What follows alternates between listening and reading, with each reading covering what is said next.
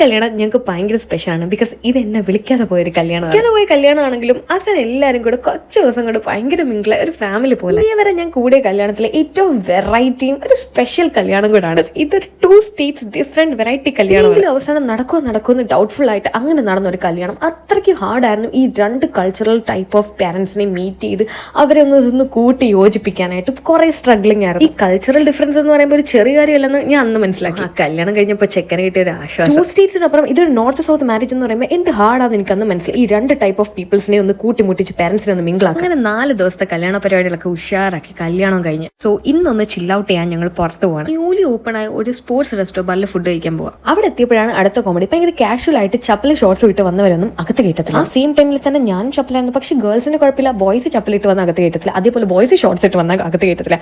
Girls shorts ഇട്ട് വന്നാലും ചപ്പലിട്ട് വന്നാലും കുഴപ്പമില്ല. അതെന്താ? അതെനിക്ക് മനസ്സിലാവുന്നില്ല. അതറിയാവുന്നവരൊന്ന് കമന്റ് ചെയ്യണേ. അവിടെ നിന്ന് നേരെ ഇറങ്ങി ഞങ്ങൾ രാത്രി കല്യാണ ചെക്കൻ്റെ വീട്ടിൽ. കല്യാണ ചെക്കൻ്റെ വീട്ടിൽ അതൊരു രസമാണ്. വീട്ടുകാരൊക്കെ നല്ല ഉറക്കമായിരുന്നു. അതുകൊണ്ട് ഞങ്ങൾ ആരെയും ബുദ്ധിമുട്ടിക്കാൻ നിന്നില്ല. നേരെ ഓരോ മുറി കയറി. അങ്ങനെ എല്ലാം സമാധാനമായി കഴിഞ്ഞു. ഹാപ്പിയായി.